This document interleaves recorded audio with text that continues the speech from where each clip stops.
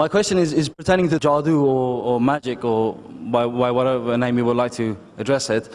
I won't go into specifics, but a certain family member recently found a piece of paper in which was supposedly some elements of negativity, which they felt was of this nature, and they themselves indulged in similar practices to obtain a remedy for it, believing that this is wrong.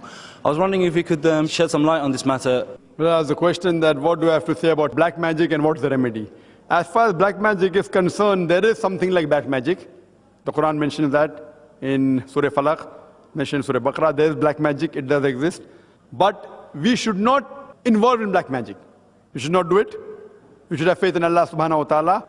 And as far as the remedy is concerned, the last two surahs, the Muwazzatain, Surah Falaq and Surah Nas, were revealed for this. These two surahs are the remedy for black magic. Now, see, one thing is that normally, whenever people think that something is possessed, first thing is Allah says, ask the person who has knowledge.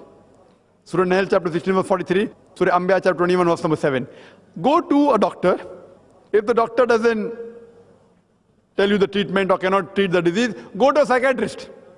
Most of the people who claim to have black magic, they can be cured by doctors and psychiatrists. There can be possibilities that actually a jinn may have come and black magic may have taken place. So in that case, you can follow the guidance of Quran and Sunnah. You can go to a person who's an expert in this field, but I'm sorry to say most of the people who are experts in this field who claim, more than 99% are fake. More than 99% according to me. It is my analysis.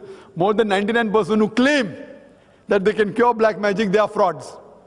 The moment you realize he's asking from you money, that means he's trying to make a fast buck.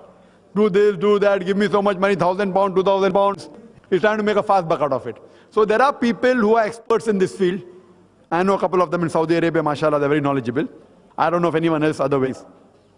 So if he's knowledgeable, we should realize that if he gives the treatment from Quran and Sunnah, it is right. So you have to go to a specialist who specializes in this field. Hope that answers the question.